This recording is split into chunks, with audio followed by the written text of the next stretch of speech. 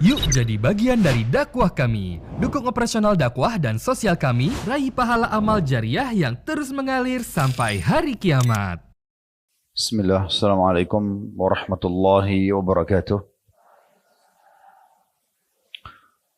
Alhamdulillah, tidak henti-hentinya kita selalu memuji dan memuja Allah atas segala nikmat yang Allah berikan kepada kita, termasuk Allah masih memberikan kita umur lagi di hari ini, di mana hari ini adalah hari emas kita. Bila seseorang di masa lalunya sudah mengisi amal-amal saleh yang sudah Allah wajibkan kepada dia, dan yang merupakan tujuan utama diciptakan kita semua dari muka bumi ini, maka dia harusnya memaksimalkan kesempatan ini dengan menambah kantong-kantong amal solehnya sehingga memberatkan timbangan amalnya pada hari kiamat dan juga meninggikan derajatnya di surga. Kalau masa lalunya berisikan pelanggaran-pelanggaran agama dan kelalaian, maka hari ini juga hari emas bagaimana dia punya kesempatan untuk bisa bertaubat kembali kepada Tuhannya Allah Subhanahu wa taala. Kemudian juga dia memperbaiki amal-amalnya agar dia lepas dari hisab dan hukuman Allah. Dan hari ini adalah umur kita yang sebenarnya. Kalau masa lalu sudah berlalu dan sudah kita lalui dan kita nikmati, masa ke depan kita belum mengetahui berapa hari lagi, berapa detik lagi, berapa jam lagi Allah akan berikan.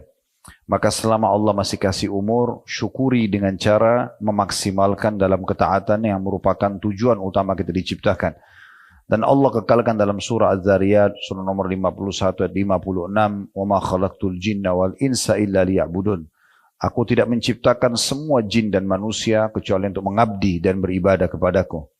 Selanjutnya kita panjatkan salam hormat kita kepada utusan Allah Nabi besar Muhammad sallallahu alaihi wa ala alihi wa sahbihi wasallam, manusia yang telah membawa kepada kita hukum halal haramnya Allah, dan juga memperkenalkan kepada kita siapa zat yang mulia pencipta alam semesta ini, termasuk pencipta diri kita sendiri, sehingga kita jadi mengenalnya dan akhirnya mengikuti syariatnya, dan tentu dengan itu kita akan mendapatkan kebahagiaan dunia dan juga akan mendapatkan balasan surga yang abadi di akhirat sana. Pertama-tama tentunya kita memberikan dukungan kepada seluruh pengurus masjid, jajaran masjid yang sudah mempermudah agar ta'lim ini bisa berjalan. Dan insya Allah seperti biasa, bila Allah mudahkan kita akan melanjutkan bedah buku kita Kunci Sukses di Alam Kubur yang ditulis oleh Dr. Ahmad Mustafa Mutawalli, dan kita sudah menyelesaikan sampai kunci sukses yang ketujuh pada kesempatan yang lalu, yaitu masalah berdoa kepada Allah Subhanahu wa taala dengan memohon perlindungan agar diselamatkan dari siksa kubur. Kembali kita ingatkan lagi ibu-ibu sekalian rahimani wa rahimakunallah, bahwasanya siksa kubur itu dan juga nikmatnya bagian daripada keimanan kita. Bagian daripada rangkaian rukun iman yang kelima, yaitu iman kepada hari kiamat. Satu paket. Masalah prosesi kematian, dicabutnya ruh oleh para malaikat yang ditugaskan oleh Allah Subhanahu wa taala, kemudian masuk ke alam barzah atau alam kuburan, dan ini tentunya dimanapun seseorang meninggal dunia, baik di udara dengan pesawat yang meledak misalnya, atau meninggal di kedalaman lautan dan tubuhnya habis dicabit-cabit oleh ikan ataupun hewan-hewan dari lautan, atau dia terbakar hangus semuanya, tubuhnya di darat misalnya dengan kebakaran rumah atau tokohnya dan seterusnya, dan yang mati di ranjang, di atas ranjang sementara tubuhnya utuh dan dimasukkan ke dalam liang lahat, semuanya akan sampai ke alam barzah dengan hikmah Allah Subhanahu wa taala. Dan di alam ini seseorang hanya bisa menghadapi dua, kalau bukan menjadi taman dari taman surga karena keimanan dan amal-amal solehnya, maka akan menjadi lubang dari lubang neraka. Makanya Nabi alaihi salatu wassalam mengingatkan dalam hadis yang sahih dan cukup panjang lebar tentang kondisi ini.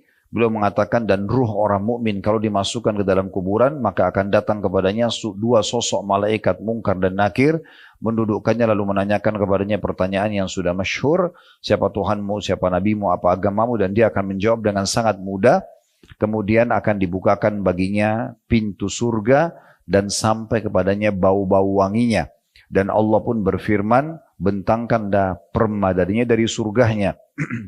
Kemudian dia pun menikmati kuburannya menjadi taman dari taman surga. Dalam riwayat lain dikatakan, bentangkan kuburannya seluas pandangan matanya. Kemudian kalau orang kafir, orang munafik, orang musyrik, maka akan lawan daripada itu atau rivalnya. Yaitu akan datang malaikat mungkar nakir mendudukan lalu menanyakan pertanyaan yang tadi, tiga itu, siapa Tuhanmu, siapa Nabimu, apa agamamu, atau apa tujukanmu, maka dia tidak bisa menjawab. Lalu malaikat akan membukakan baginya pintu neraka dan sampai kepadanya bau-baunya serta akan terjadi siksaan yang menyakitkan di kubur tersebut. Sebagaimana kata Nabi SAW, Allah akan membuat dinding kuburannya menjepit sampai tulang rusuknya terhimpit seperti ini. Lalu Nabi SAW memberikan isyarat dengan menyatukan jari-jari jemari beliau. Kemudian juga dalam riwayat lain, Allah akan datangkan malaikat yang tidak punya pendengaran dan penglihatan. Bagaimana? Allahu a'lam. Malaikat ini khusus untuk menyiksa di kuburan, yang akan membawa sebuah besi yang kalau seluruh jin dan manusia bersatu jumlahnya miliaran untuk menggerakkannya, maka tidak akan mampu menggerakkannya. Lalu menghantam ke kepala orang ini dan dia menjerit. Semua makhluk Allah mendengarkan jeritannya kecuali jin dan manusia, yang kalau jin dan manusia mendengarkan jeritan tersebut maka niscaya mereka akan meninggal seketika. Jadi memang saking sakitnya, dan begitulah terus keadaannya menjadi lubang dari lubang neraka. Makanya Nabi SAW juga selalu berlindung dari siksa kubur. Ya, di antaranya yang diajarkan kepada kita dalam doa sebelum salam. Wa'udzubika min adzabil qabr, dan aku berlindung kepadamu dari siksa kubur. Itu selalu sebelum salam dianjurkan membacanya. Jadi kita bisa bayangkan berapa belas kali bahkan puluhan kali kita baca kalau digabung antara sholat sunnah dan sholat wajib. Karena pentingnya kita berlindung dari siksa kubur itu. Begitu juga Nabi SAW pernah lewat di beberapa kuburan, kemudian beliau mendengarkan suara yang gemuruh ribut, kemudian beliau mengatakan ini adalah kuburan orang-orang Yahudi yang mereka sedang disiksa di kuburan mereka. Begitu juga beliau pernah mendengar atau melewati dua buah kuburan, kemudian beliau mengatakan kepada para sahabat, sungguhnya dua penghuni kuburan ini sedang disiksa, dan mereka disiksa bukan dengan hal-hal yang dianggap besar oleh manusia, tapi sungguhnya dia besar di sisi Allah Subhanahu wa taala. Maksudnya dosa besar. Yang satu tidak cebok pada saat kencing atau tidak bersih pada saat ceboknya, kemudian masih ada najisnya, dan yang kedua adalah namimah, suka mengadu domba orang lain. Dalam riwayat yang lain yang sahih juga, Nabi SAW pernah melewati kuburan, kemudian beliau meminta sahabat untuk mengambil pelapa kurma dan membelah duanya lalu menancapkan di kuburan dua tersebut, lalu mengatakan, semoga saja siksa keduanya diringankan oleh Allah selama batang kurma atau pelapa kurma ini belum kering. Namun ini khusus mukjizat yang Allah berikan untuk Nabi SAW, tidak berlaku bagi kita. Bukan dengan kita meletakkan bunga di kuburan atau menancapkan pelapa kurma lalu kemudian bisa meringankan siksa kubur. Terbukti para sahabat tidak ada yang melakukan itu karena mereka tahu itu khusus untuk Nabi SAW. Dan kuburan ini awal perjalanan menuju ke akhirat. Sebagaimana kata Uthman radhiyallahu anhu pada saat melihat kuburan dan beliau menangis-nangis. Lalu beliau mengatakan, waktu ditanya, kenapa anda menangis? Bukankah anda sudah dijamin oleh Rasulullah SAW surga? Maka kata Uthman, kubur adalah awal perjalanan ke akhirat. Siapa yang selamat di sini, dia akan selamat di sana. Nah ini sebuah statement yang sangat menarik yang harusnya kita mengambil pelajaran. Dan bagaimana Nabi SAW mengatakan, kuntu nahaitukum an ziyaratil kubur fazruha fa inna tudzakkirul akhirah. Dulu di Mekah saya pernah larang kalian untuk ziarah kubur, sekarang ziarahilah karena dia benar-benar akan mengingatkan kalian akhirat. Jadi kita disunnahkan untuk mengunjungi, datang ziarah kubur, mengucapkan salam, mendoakan mereka. Kemudian kita ambil pelajaran sebagai orang yang masih hidup, karena dalam kuburan tersebut adalah orang-orang yang seperti kita, bahkan mungkin lebih cantik, lebih gagah, lebih pintar, lebih kaya, lebih tinggi jabatannya, dan segala macam. Tapi mereka sudah meninggal, dan mereka sudah akan diminta pertanggungjawaban atas perbuatan mereka kalau itu buruk, dan mereka akan mendapatkan balasan maksimal kalau itu adalah perbuatan yang baik. Dan sudah panjang lebar kita jelaskan dalil-dalil berhubungan dengan masalah itu. Namun kita akan masuk sekarang ke poin yang ke-8 yang disusun oleh penulis tentang masalah cara menyelamatkan dari siksa kubur, yaitu tentang sholat. Walaupun di buku ini kalau kita lihat ibu-ibu sekalian tidak ditulis dalilnya. Saya tidak tahu kenapa penulis tidak menulis dalilnya. Walaupun satu ayat atau satu hadis. Begitu juga dengan poin ke-9 nanti masalah puasa. Poin ke-10 masalah zakat juga sama. Nanti ke poin ke-11 baru beliau menulis dalil-dalilnya. Oleh karena itu kita akan datangkan dalil dan bahasan buku selain buku kita ini. Tepatnya saya akan bacakan dari buku Sahih At-Targhib Tarhib. At-Targhib Tarhib buku yang ditulis oleh Al-Mundhiri rahimahullah, buku hadis yang sangat masyhur. Kemudian ditelusuri hadisnya oleh Syekh Albani dan hanya dikeluarkan hadis-hadis yang sahih saja. Makanya kita membedah buku yang Sahih At-Targhib Tarhibnya. Di jilid satunya itu ada bahasan tentang masalah bab sholat. Panjang sekali babnya. Belasan, mungkin bisa dikatakan belasan bab. Ya. Atau banyak babnya tepatnya. Ya, tetapi kita tidak bisa membahas semuanya pada kesempatan ini. Kita akan bahas sebagiannya. Saya akan mulai membahas sholat ini, ibu-ibu sekalian, dengan mengetahui dan coba merenungi besarnya dan agungnya sholat itu. Satu-satunya ibadah yang diterima oleh Nabi SAW sebagai perintah dari Allah, yang diterima di langit hanya sholat. Semuanya diterima di bumi. Puasa, jihad, bakti sama orang tua, haji, pokoknya semuanya. Selain sholat, itu Jibril datang alaihissalam ke bumi lalu menyampaikan kepada Nabi SAW. Khusus sholat, ini beda. Satu-satunya ibadah. Nabi SAW diharuskan untuk melakukan perjalanan Isra dan Mi'raj. Perjalanan dari Mekah Masjidil Haram ke Masjidil Aqsa di Palestina. Yang kita sudah tahu dalam surah Isra, surah nomor 17 dalam Al-Quran. Bicara di ayat pertamanya tentang masalah perjalanan mulia itu. Kemudian Nabi SAW dalam perjalanan tersebut diperlihatkan berbagai macam siksa kubur, diperlihatkan tentang masalah surga dan neraka. Kemudian beliau dipertemukan dengan ruh para nabi-nabi di Masjid Aqsa dan sempat mengimami mereka sholat dengan hikmah Allah Subhanahu Wa Taala. Lalu Mi'raj ke langit, bertemu dengan nabi-nabi lagi di langit pertama sampai langit ketujuh. Dan sampai akhirnya tiba di Sidratil Muntaha, kemudian menerima perintah sholat. Awalnya sholat itu diperintahkan 50 waktu. Ya, ini kita bisa bayangkan ibu-ibu sekalian, kalau 50 waktu artinya kurang lebih per 10 menit azan. Ya, atau bahkan kurang dari itu. Oleh karena itu waktu Nabi SAW naik dan menerima perintah 50 sholat ini, di langit ketujuh itu ketemu dengan Nabi Ibrahim AS. Nabi Ibrahim tidak bicara apa-apa setelah menerima perintah sholat. Kalau kita bicara hadis tentang Isra Mi'raj ini panjang sekali. Karena ada pembicaraan antara Nabi SAW dengan Nabi-Nabi di 7 lapis langit tersebut. Tetapi yang kita fokus adalah langit ke-6-nya. Di langit ke-6 pada saat selesai menerima perintah sholat 50, itu bertemu dengan Musa AS. Nabi Musa AS ini Nabi yang paling banyak disebutkan namanya dalam Al-Quran. Ya, dan kisahnya sangat rinci. Dari dia lahir sampai disusuin, sampai kemudian dilibatkan ibunya, kakaknya perempuan, terus dibesarkan di istana Fir'aun, dan sekian panjang cerita. Nanti insya Allah kalau ibu-ibu berminat bisa mengikuti tablik akbar kami di Blok M setiap Sabtu. Dia selang-seling dengan serial sahabat di Sabtu kedua, itu tentang kisah-kisah Nabi-Nabi. Dan insya Allah nanti di bulan Desember kita akan masuk di kisah Nabi pertama, Nabi Adam AS, bisa hadir di sana, ngajak kerabat teman-temannya untuk hadir dalam majelis ilmu. Antara duhur dan asar kita akan bahas kisah Nabi dan manusia pertama, Adam AS, dan terus berlanjut kisah-kisah Nabi tersebut. Ringkas ceritanya adalah pada saat Nabi SAW turun dari Sidratul Muntaha, menerima perintah sholat dan akhirnya lewati langit ke-6. Tentu sebelum turun, waktu pertama naik, tempat terjadi diskusi dan bicara dengan nabi-nabi, di antaranya sama Nabi Musa. Tapi ini kita cerita langsung ringkaskan pada saat sudah menerima 50 waktu sholat itu.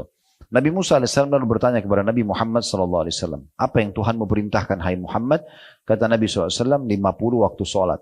Maka kata Nabi Musa AS, umatmu tidak akan mampu melakukannya. Maka mintalah keringanan. Kemudian Nabi Muhammad SAW naik lalu minta keringanan kepada Allah Subhanahu Wa Taala. Lalu Allah meringankan 5 waktu sholat. Artinya masih tersisa 45 waktu sholat. Lalu ketemu lagi dengan Nabi Musa AS. Lewat langit ke-7 ketemu Ibrahim. Ibrahim tidak ngomong apa-apa. Langit ke-6 Nabi Musa tahan lagi sebelum turun ke bumi. Apa yang Tuhan mau berikan? Berapa jumlah sholatnya? Kata Nabi Muhammad SAW 45. Kata Nabi Musa masih berat buat umat, minta keringanan. Terus saja Nabi Musa AS menahan Nabi SAW setelah setiap kembali kepada Allah diringankan 5 waktu sholat dari 50 jadi 45, 45 jadi 40, 40 jadi 35, jadi 30, jadi 25, jadi 20. Terus begitu sampai sisa 5 saja. Dan ini semua jasa Nabi Musa AS. Karena beliau yang selalu mengatakan masih berat hai Muhammad, minta keringanan. Sedangkan sudah sisa 5 saja, kayak sekarang, subuh sampai isya yang sudah kita ketahui, waktu Nabi Musa bertemu lagi dengan Nabi Muhammad, maka ditanya, sisa berapa? Kata Nabi Muhammad SAW, 5 waktu sholat. Nabi Musa masih mengatakan, masih berat buat umatmu. Minta keringanan lagi. Maka kata Nabi Muhammad SAW dalam perkataan yang masyhur, saya sudah malu dengan Tuhanku. Ya, akhirnya Allah pun berfirman pada saat itu kepada Nabi Muhammad SAW, sungguhnya dia 5 waktu sholat, tapi mendapatkan nilai 50 waktu sholat. Karena semua amal saleh dalam Islam akan dilipat gandakan menjadi 10 kali lipat. Sebagaimana Allah berfirman, man ja'a bil hasanati falahu asyru amsalihha. Siapa yang melakukan satu perbuatan amal saleh, maka akan dilipat gandakan menjadi 10 kali lipat. Semua, apapun yang ibu-ibu lakukan dari kebaikan-kebaikan, maka akan dilipat gandakan 10 kali lipat, ya, nilainya. Makanya Nabi SAW misalnya contoh berbicara tentang puasa 3 hari setiap bulan, puasa Iyamul Bid. Kata Nabi SAW, puasa 3 hari setiap bulan pahalanya setahun. Bagaimana nilai setahunnya? Ulama merincikan. Karena 3 hari dalam 1 bulan, setiap amal soleh dilipat gandakan 10 kali lipat. Berarti 1 hari puasa sama dengan 10 hari puasa pahalanya. Jadi kalau puasa 3 hari setiap bulan atau Iyamul Bid, mendapatkan 30 hari pahala puasa. Kalau begitu terus setiap bulan, Ramadan termasuk pasti kita akan puasa. Maka sama dengan pahala setahun. Nah, itu yang dimaksudkan, karena dilipat gandakan menjadi 10 kali lipat. Allah Subhanahu wa taala Maha Mulia, Maha Dermawan, ya. Sangat suka memberikan yang terbaik kepada hamba-hambanya. Allah tidak akan pernah, ibu-ibu sekalian, kita minta 1 dikasih 1. Tapi Allah akan memberikan berlipat-lipat ganda dari apa yang kita berikan dan apa yang kita lakukan dari ketaatan kepada Allah Subhanahu wa taala. Ini salat sangat mulia. Makanya Nabi SAW sangat menjaga. Dan beliau pada saat ditanya dalam hadis yang sahih, amalan apa yang paling afdal, yang paling Allah cintai, paling besar pahalanya, maka beliau menyebutkan yang pertama, as-salatu ala waktiha. Salat tepat waktu. Jadi kayak tadi, tepat waktu salatnya, gitu ya. Makanya tadi waktu kami mau ke sini, begitu kita pertimbangkan tidak sempat keburu salat ini, kami salat di masjid yang kami temukan di jalan, supaya tidak ketinggalan awal waktu, gitu kan? Karena memang awal waktu ini mahal sekali. Kalau ibu-ibu ingin mendapatkan pahala maksimal dalam sholat, siapkan 3 hal ini. Ini maksimal pahalanya. Tepat waktu, azan tinggalkan semua aktivitas, udah sholat. Dan wudhunya itu sudah dilakukan sebelum azan, sehingga tidak ketinggalan sholat qobliyah, tidak ketinggalan doa antara azan dan iqamah yang mustajab, tidak ketinggalan takbiratul ihram pertama imam. Karena mulai imam Allahu Akbar, mulai malaikat catat pahala. Ya. Kalau orang datang nanti imamnya sudah waladhdallin, beda pahalanya dengan orang yang ikut dari awal. Karena ada iftitah, ada awal al-fatihah. Beda pahalanya orang yang dapat 4 rakaat duhur dengan orang yang cuma dapat 3 rakaat berjamaah. Walaupun nanti dia bisa sambung 1 rakaat lagi setelah salam. Tapi akan beda pahalanya dengan orang yang mengerjakan dari awal waktunya. Jadi dia tepat waktu. Dan yang kedua, tepat gerakan. Harus sesuai dengan gerakan yang diajarkan oleh Nabi alaihi salatu wassalam. Dan beliau mengatakan, sallu kama ra'aitumuni usalli. Salatlah kalian sebagaimana kalian melihatku salat. Dari takbiratul ihram, dari ruku, dari i'tidal, bangun dari ruku, sujudnya, duduk di antara 2 sujud, kemudian duduk pada saat mau berdiri ke rakaat kedua, namanya duduk istirahat dulu sejenak, kemudian berdiri ke rakaat kedua. Begitu terus sampai salam, semuanya harus sesuai yang dicontohkan oleh Nabi alaihi salatu wassalam, dan ini tidak boleh keliru. Ya, ini harus betul-betul sesuai dengan apa yang beliau ajarkan. Jadi tidak boleh kita mengarang-arang. Begitu juga ya, kita harus betul-betul selain tepat waktu, tepat gerakan, dan ini tidak boleh tergesa-gesa, karena salah satu yang membatalkan sholat kalau terburu-buru dalam gerakan sholat. Makanya Imam Bukhari rahimahullah menghususkan bab musi'us sholat, bab tentang orang yang buruk sholatnya. Kejadian seorang sahabat, karena dia buru-buru ingin duduk hadiri majelis Nabi SAW, lalu sholatnya buru-buru sekali, ruku sujudnya cepat sekali. Maka setelah salam, dia datang ke hadapan Nabi SAW, Nabi mengatakan, kembalilah, ulangi sholatmu karena kau belum sholat. Maka orang itu ulangi lagi. Ternyata gerakannya sama juga, buru-buru. Memang sudah begitu cara dia sholat. Dia begitu kembali, Nabi ulangi lagi mengatakan, kembalilah, ulangi sholatmu karena kau belum sholat. Orang itu kembali lagi ulangi, ternyata sama juga. Dia juga masih buru-buru. Sampai beberapa kali Nabi suruh dia mengulanginya sampai dia mengatakan, ya Rasulullah saya tidak tahu selain ini, tolong ajarkan saya. Barulah Nabi SAW sampaikan. Ya. Barulah Nabi SAW menyampaikan, kalau ya sesungguhnya kalau kau ingin sholat maka tegakkanlah tubuhmu dengan tenang, ya. Kemudian setelah tenang, baru kemudian bertakbiratul ihram, baru dengan tenang. Dan tata caranya semua jari-jari kita rapat, menghadap ke depan, ya semuanya rapat, jangan direnggangkan. Dan ini sejajar dengan pundak atau sejajar dengan kuping. Bisa seperti ini atau seperti ini, naik sedikit. Mata dibuka dan menghadap ke tempat sujud, ya tidak boleh menutup mata, ya. Karena Nabi SAW mengatakan dalam sebuah hadis, kalau Allah akan terus memandang mata seorang hamba selama matanya menghadap ke tempat sujudnya. Ya. Kemudian setelah menghadap ini semuanya menghadap ke depan, mata menghadap ke tempat sujud, tubuhnya dan tulang belakangnya ruasnya semua tegak, kemudian baru takbiratul ihram. Ya. Bisa dengan dua cara, dia gerakan dulu, ibu mengangkat tangan kemudian meletakkan ke dadahnya, baru bilang Allahu Akbar, atau ibu bersamaan Allahu Akbar. Dua-duanya bisa. Kalau saya lebih sering, apalagi kalau jadi imam ya, itu lebih tepatnya gerakan dulu baru ucapan. Supaya makmumnya tidak mendahului imam. Jadi misalnya meletakkan dulu baru bilang Allahu Akbar. Kemudian itu juga pada saat ruku. Ruku dulu, baru mengatakan Allahu Akbar. Bangun dari ruku atau i'tidal dengan sangat tenang dulu, gerakan baru bilang Sami Allahu liman hamidah. Begitu seterusnya sampai salam. Jadi gerakan dulu, misalnya salam ke kanan, baru bilang Assalamualaikum warahmatullah, begitu juga ke sebelah kirinya. Tapi boleh saja orang bersamaan dengan gerakan tangannya. Intinya gerakan harus dijaga dengan tenang. Jadi ini standar gerakannya, jangan diubah-ubah. Takbiratul ihram seperti ini, pada saat mau ruku juga sama. Jadi kita nanti begitu Allahu Akbar, pertemukan antara punggung dalam kanan dengan punggung kiri luar, ya. Seperti ini lalu digenggam. Atau bisa mempertemukan pergelangan kanan dengan pergelangan kiri. Misalnya seperti ini. Dua-duanya lalu diletakkan di awal dada. Ini yang disebutkan dalam hadis yang sahih. Jadi Allahu Akbar diletakkan di sini atau digenggam seperti ini. Mata tetap dibuka. Kalau sholatnya sholat sir, kecilin suara, duhur dan asar, dikecilin bukan dihilangin suara, tetap bersuara cukup yang kita dengar. Jadi mata terbuka, ruas tubuh tulangnya tegak, kemudian tetap mengeluarkan suara. Misalnya Allahu Akbar. Kemudian mulai baca iftitah yang kita dengar sendiri, Al-Fatih juga begitu. Jadi jangan hilangin suara. Kalau ibu sudah tutup mata, bacain dalam hati, ruangannya gelap, ini tidur. Ya. Jadi harus buka mata, jelas semuanya, tegak. Ya. Setelah begitu, baca, saya tidak sebutkan bacaan karena saya yakin sudah kita tahu semuanya, iftitahnya, Al-Fatih, Al-Surah. Kemudian ruku sama, ini kembali lagi, Allahu Akbar, mata tetap ke tempat sujud. Ini standarnya. Kemudian ruku dan usahakan punggung ibu itu rata. Caranya gimana? Jadi pada saat ruku, ibu jangan tundukin badannya, tapi ibu mengarahkan wajahnya ke depan. Ya.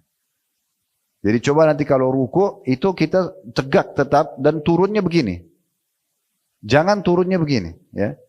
Sehingga bungkuk belakangnya. Jadi caranya turun, tegak seperti ini. Ya. Sama kalau berdiri juga sama. Kalau berdiri juga sama. Sami Allah liman hamidah, ini tegak aja langsung berdirinya. Ya, jadi kita tegak. Nabi SAW dikatakan dalam riwayat kalau ruku ditaruh bejana air tidak tumpah. Ya, jadi tidak bungkuk. Ya, jadi tegak.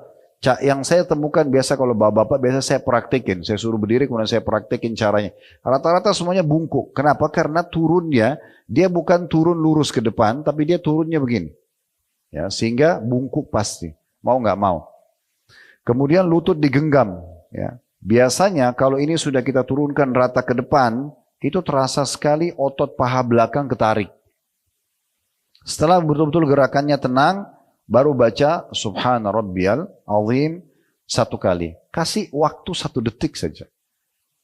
Lalu subhana rabbiyal azim. 1 detik lagi, baru subhana rabbiyal azim. Itu. Ya. Itu termasuk tidak tumak nina namanya. Ya. Karena hal yang ketiga yang harus diperhatikan dalam sholat, tepat bacaan. Jadi tepat waktu, tepat gerakan, tepat bacaan. Ini nggak bisa pisah kalau ibu mau dapat maksimal pahalanya. Karena kalau ibu mau memperbaiki apapun, mulai dari sholat. Apapun, mau perbaiki urusan akhiratnya, hubungannya sama Allah, memperbaiki urusan dunianya, sholatnya dulu. Kalau sholat sudah baik, baik semuanya itu. Nggak akan ada masalah lagi. Karena sholat itu awal amal yang dihisab hari kiamat. Dan Nabi SAW sudah bilang, di akhirat nanti, kalau dia baik, dia akan membantu amal lain. Kalau dia buruk, dia akan mengganggu amal lain. Dalam riwayat lain, kalau sholatnya sudah lolos di timbangan amalnya karena bagusnya, maka dia sudah beruntung. Dan kalau dia rusak, maka rugilah dia. Celaka dia. Oleh karena itu harus 3 hal ini berkumpul. Ya, tepat waktu, tepat gerakan, dan tepat bacaan. Nah, setelah ibu tenang baca dalam ruku, bangun. Bangunnya sama tadi ya. Jadi punggungnya itu naik lurus ke atas. Sami Allahu liman hamida. Mata tetap ke tempat sujud. Ini sama begini. Nah, ini ada 2 cara. Dua-duanya khilaf ulama kembali kepada sebuah hadis yang sama. Disebutkan bahwasanya Nabi SAW kalau bangun dari ruku, anggota tubuh beliau kembali seperti semula. Kembali seperti semula. Di sini ulama beda pendapat. Apakah sebelum takbiratul ihram sehingga sami Allah liman hamidah tangannya kembali ke samping, ya, atau kembali tubuh Nabi SAW itu setelah takbiratul ihram? Pernah lihat gak ada orang sami Allah hamidah kembali tangannya ke dada? Nah, itu tidak bisa disalahkan karena kembali kepada dalil yang sama. Nah, cuma bedanya pendapat pertama ulama bilang yang dimaksud anggota tubuh Nabi SAW kembali seperti semula adalah sebelum takbiratul ihram, makanya ditaruh di samping paha. Dan yang mengatakan setelah takbiratul ihram berarti kembali ke dada. Dua-duanya boleh. Kalau saya sarankan ibu lakukan sesekali. Selama ada pendapat ulama, jadi di buku amal kita tercatat pernah gerakan ini, pernah gerakan itu. Selama ada dalilnya. Ya. Kemudian begitu juga nanti kalau dalam bacaan-bacaan ya, bacaan doa iftitah itu banyak sekali ragamnya. Usahakan dihafal semuanya, diamalkan. Kalau tidak bisa mungkin maksimalkan. Misalnya ada 7 bacaan iftitah, ibu bisa hafal 5, 6, kalau enggak mungkin 3, 2, atau 1, tapi paling tidak ada yang ibu pernah praktekin yang kedua, mungkin sekali atau 2 kali. Supaya dalam buku amal kita tercatat, kita pernah mengamalkan sunnah-sunnah Nabi alaihi salatu wassalam. Ini kalau kita ingin bahas panjang sekali ya, karena doa iftitah saja itu maknanya sangat dalam, dan ragamnya banyak sekali lafadznya. Begitu juga dengan baca Al-Fatihah dengan sangat tenang, masing-masing ayat diberikan haknya. Baca surah juga makin panjang dibaca, maka makin besar pahalanya. Oleh karena itu saya sarankan untuk menambah hafalan minimal di juz 30. Jangan inna ataina wal asr terus. Ya. Dan ingat, solat itu kita yang membutuhkannya. Allah nggak butuh dengan solat kita. Kenapa banyak orang solat buru-buru? Karena dia pikir dia store kewajiban. Ini keliru. Allah nggak butuh. Ibu kalau dari lahir sudah bisa sholat, sudah bisa ngomong misalnya. Kan bayi nggak mungkin ya. Tapi kalau misalnya kita anggap bayi itu sudah bisa ngomong, udah faham, udah bisa sholat. Ibu sholat dari bayi sampai umur ibu 200 tahun. Allah tidak butuh dengan sholat itu. Kita yang butuh. Dan kita harus tahu per satu sholatnya, per satu gerakan dan per satu bacaannya. Itu akan sangat membantu kita di timbangan amal hari kiamat. Jangan sia-siakan. Jangan sia-siakan. Pergerakan, perbacaannya. Semua akan ada nilai pahalanya. Jadi nggak boleh disia-siakan. Ini luar biasa keagungannya. Makanya syaitan berusaha datang merusak amal-amal sholat itu supaya hilang konsentrasinya, gitu ya. Makanya kata Nabi SAW, ada orang di hari kiamat tidak terima pahala sholat kecuali 3/4-nya. Ada yang cuma setengah, ada yang cuma sepertiga, ada yang cuma 1/4, ada yang 1/10. Ada yang sholat yang nanti diremukkan seperti pakaian kotor dan dilempar ke wajahnya. Karena tidak sadar. Allah Akbar sadar, salamnya nanti sadarnya setelah salam, gitu kan. Karena semuanya mengkhayal tentang masalah janjian, kunci yang hilang, segala macam itu ya. Itu karena bisikan syaitan. Jadi harus konsentrasi dengan cara tadi. Buka matanya ya, kemudian sedikit keluar suara, dan kita ya menjaga setiap gerakan dan juga bacaan kita. Ini penting sekali. Kemudian setelah bangun dari ruku, ruku pun ini ada macam-macam doanya. Ya, ada macam-macam. Ibu usahakan bisa menghafal dan mengamalkan semua. Kalau bisa, kalau nggak bisa beberapa. Ada subhana rabbil azim, ada subhana rabbil azim wa bihamdi, ada subuhun kudusun rabbul malaikati warruh, ada subhana dzil jabarut wal malakut wal kibriyai wal azama, ada subhanakallahumma bihamdika Allahumma gfirli. Banyak doa-doanya bisa kita pilih ya. Jadi kita bisa baca. Begitu juga setelah itu bangun, dan ini minimal bacanya sekali, bisa dibaca 3 kali sampai 10 atau 11 kali. Ya, terkadang Nabi SAW membaca, apalagi di sholat malam beliau sampai 10 atau 11 kali. Begitu juga dengan pada saat sholat istisqa, sholat gerhana, ya, sholat khusuf dan khusuf, ya, sholat gerhana bulan dan gerhana matahari. Itu kita dianjurkan sholat sampai gerhananya hilang. Jadi lama sekali rukunya dan sujudnya. Bagaimana caranya? Ya kita ulang-ulangi bacaan zikir-zikir ruku tadi. Sami Allahu liman hamida, sama kita berdiri dengan tegak tadi, kemudian setelah berdiri dengan tegak, dadanya dibusungkan, ini semua pundaknya rata, sama tadi, ini jangan diubah. Standarisasi ini standar, ya sejajar dengan pundak atau dengan kuping, Sami Allah liman hamida, bisa diletakkan di dada atau diletakkan di samping paha. Mulailah baca dengan tenang, setelah gerakannya sudah sempurna baru baca, Rabbana walakal hamd, pelan-pelan. Mil'as samawat wa mil'al ardi wa mil'a ma syi'ta min syai'in ba'd. Diikuti banyak sekali. Hamdan kathiran tayyiban mubarakan fi. Ada banyak zikirnya ya. Ada juga ditambah dengan di Rabbil hamd. Ya, itu ada bacaan juga ditambah Allah malamana lima a'taita wa la mu'ti lima mana'ta wa la yanfa'u dzal jaddu minkal jadd. Ini mirip dengan zikir habis salat, tapi dibaca juga di i'tidal. Setelah selesai tenang baru kita sujud. Sujud dengan 2 cara. Menurunkan lutut dulu, baru telapak tangan, atau telapak tangan dulu. Tapi kalau orang mau menurunkan telapak tangan dulu, yang dilarang tidak boleh menyerupai duduknya unta. Ya, jadi unta itu kalau turun, kalau ibu nanti searching di YouTube lihat unta cara duduknya, biasanya kaki depannya dulu, tapi bokongnya ke atas.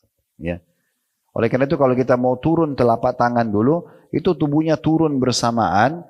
Tapi lututnya belum sentuh lantai, lalu telapak tangan diletakkan, baru lututnya turun. Ya, jadi bukan dengan, menunggingkan bokongnya ke atas ya. Karena itu dilarang oleh Nabi SAW menyerupai unta. Mirip nanti juga kalau bangun dari rakaat pertama atau rakaat kedua, ya, mau ke rakaat selanjutnya, itu juga tidak boleh berdiri bokongnya dulu. Ya, tapi kita duduk dulu, nanti kan kita sebutkan sebentar caranya sambil menopang tubuh ke atas. Nah kalau kita sudah sami Allahu liman hamidah lalu kita sujud, bisa kita letakkan lutut dulu yang mana mudah, dan usahakan minimalnya ya jarak antara lutut kita sama telapak tangan itu ukuran 1 siku. Ya. Jadi kalau ibu letakkan telapak tangannya jangan dekat dengan lututnya, ya, tapi dibuat ruang, ya, dimajukan ke depan. Itu kalau seandainya ibu turunkan sikunya, pas sikunya bisa masuk antara siku, lutut dengan telapak tangan. Ya. Walaupun tidak boleh meletakkan siku ke tanah. Sebagaimana Nabi SAW mengatakan, atau Nabi SAW melarang siapapun sholat seperti duduknya anjing. Anjing itu kalau duduk kan sikunya ke tanah. Nah itu tidak boleh. Kemudian juga sunnah Nabi SAW adalah melebarkan sedikit sikunya. Terutama kalau lagi sholat sendiri. Ya, dilebarkan sedikit saja. Ya. Tapi kalau sholat berjamaah sesuai dengan kondisi dan keadaan. Kemudian juga pada saat ibu meletakkan lutut, sudah turun misalnya, kemudian meletakkan telapak tangan. Ingat telapak tangan semuanya harus jari-jarinya rapat, diletakkan. Ya. Kemudian wajahnya ke depan sedikit. Ya. Bukan dekat jari-jari ya. Jadi tetap ini nanti, walaupun kita sujud, dia berada sejajar dengan pundak. Mirip dengan takbiratul ihram. Bagaimana wajah kita lebih di atas, maka pada saat kita letakkan telapak tangan, wajahnya pun maju ke depan. Bisa ditangkap ini ya. Ya, kemudian mulai setelah sujud, barulah baca. Ingat, sujud, kata Nabi SAW, aku diperintahkan sujud dengan 7 anggota tubuh. 1 itu, dahi sama hidung. Jangan alasan, Ustaz, hidung saya pesek, Ustaz, tidak ada. Itu nggak ada urusan. Ini ciptaan Allah. Ya. Tetap bisa, tetap harus dahi sama hidung. Jadi nggak boleh orang itu dahinya yang sujud, hidungnya enggak. Itu nggak bisa. Itu berarti tidak sempurna sujudnya. Jadi turun dahi sama hidung 1, kemudian 2 telapak tangan, berarti 1 ini, 2, 3. 2 lutut, berarti 5, 2 telapak kaki, berarti 7. 7 anggota tubuh. Nah khusus telapak kaki, kita disunnahkan untuk melipat jari-jari kita semampunya ya. Sehingga seakan-akan semua jari-jari ikut sujud. Dan dipertemukan, Bu. Jangan dibuka. Pertemukan telapak kakinya dan ditekan jari-jarinya. Semampunya. Ya. Setelah selesai, gerakannya sudah sempurna, baru mulai. Subhana rabbiyal a'la. Kasih jedah 1 detik, itu khusyuk. Ya. Subhana rabbiyal a'la. Baru kemudian subhana rabbiyal a'la. Ini juga sama. Bacanya cukup banyak. Ada 6 atau 7 bacaan. Bisa dipilih tentunya. Saya bilang tadi saya nggak masuk ke situ karena ini bahasnya panjang sekali. Saya pernah membahas bab sholat ini dalam daurah 3 hari. Baru bisa habis. Ya, kita ringkasin dalam 1 jam ini nggak mungkin gitu ya. Jadi memang ini saya sebutkan secara globalnya. Setelah selesai sujud dengan tenang, duduklah di antara 2 sujud. Dengan cara tubuhnya juga dinaikkan dengan tegak. Matanya lihat ke tempat sujud. Duduk di antara 2 sujud ya. Kemudian ujung jari-jarinya berada di ujung pahanya. Ya. Sehingga bukan menggenggam lutut tapi di ujung pahanya. Jadi kalau ini misalnya lutut kita, dia ada di sini telapak tangannya. Diletakkan. Jari-jari tetap semuanya jangan direnggangin tapi dirapatkan.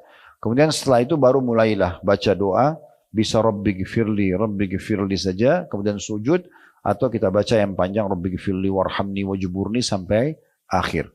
Setelah tenang, baru sujud yang kedua. Sama tadi posisinya, telapak tangan diturunkan, wajahnya lebih ke depan. Ya, baca lagi kayak tadi. Nah, pada saat mau berdiri ke rakaat kedua, duduk dulu. Namanya duduk istirahat. Duduk dulu, setelah itu topang tubuh kita dengan 2 cara. Dengan cara menekan paha kita, lalu berdiri ke atas, atau kita membuat kepalan tangan, ditekan di bagian depan lutut, kemudian menopang tubuh kita di atas. Tapi ini cuma menopang. Mendorong tubuh kita ke atas. Setelah itu rakaat kedua sama, tinggal yang terakhir adalah pada saat mau salam. Kalau mau salam, duduknya khilaf di antara ulama apakah dia iftirash atau tawarruk. Ya. Kalau iftirash, duduk seperti di antara 2 sujud. Itu namanya iftirash. Karena ibu menjadikan telapak kaki kirinya didudukin. Telapak kaki kanannya berdiri. Itu namanya duduk iftirash. Kalau duduk tawarruk, warak itu artinya bokong. Jadi seperti kalau tahiyat terakhir biasa orang, bokongnya yang turun, ya duduk kemudian telapak kanannya berdiri, ya kaki kanannya. Nah di sini khilaf di antara ulama. Kalau Imam Syafi'i rahimahullah mengatakan di semua rakaat terakhir yang akan salam, apakah 1 rakaat, misalnya kayak witir rakaat terakhir 1 rakaat atau 2 rakaat subuh. Ataupun lebih daripada itu. Intinya di rakaat terakhir semuanya duduknya tawarruk. Semua duduknya tawarruk. Semua duduknya pakai bokongnya. Yang penting sudah mau salam. Walaupun 1 rakaat. Kalau Imam Ahmad mengatakan bukan seperti itu. Ya. Selama masih kurang dari 3 rakaat. 1 rakaat atau 2 rakaat saja. Duduknya iftirash. Duduknya iftirash. Ya. Atau duduknya seperti di antara 2 sujud. Dan ini khilaf di antara ulama. Artinya kita bisa memilih mana yang lebih mudah buat kita. Seperti itulah. Kemudian setelah baca atau tinggal kita tambahkan juga khilaf di antara ulama kapan mengangkat jari di tasyahud. Ada yang mengatakan nanti pada saat syahadat, asyhadu an la ilaha illallah seperti umumnya kita tahu. Ada juga yang mengatakan diangkat dari awal.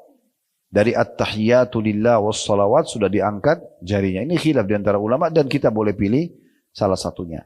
Kemudian setelah selesai membaca semuanya, salam. Salamnya dengan menegakkan tetap tulang belakang kita. Jari telunjuknya ditutup. Setelah baca, kemudian mulai balik. Dikatakan Nabi SAW kalau salam, maka putih pipi beliau terlihat oleh makmumnya. Artinya bukan cuma menoleh, tapi balik. Assalamualaikum warahmatullah sampai terlihat oleh makmum seakan-akan dan ini sejajar, ditahan sebentar, baru balik lagi. Assalamualaikum warahmatullah sama juga. Jadi bukan cuma menoleh saja, ya. Dan Allahu a'lam, saya pribadi belum pernah menemukan dalil tentang masalah mengusap wajah setelah itu.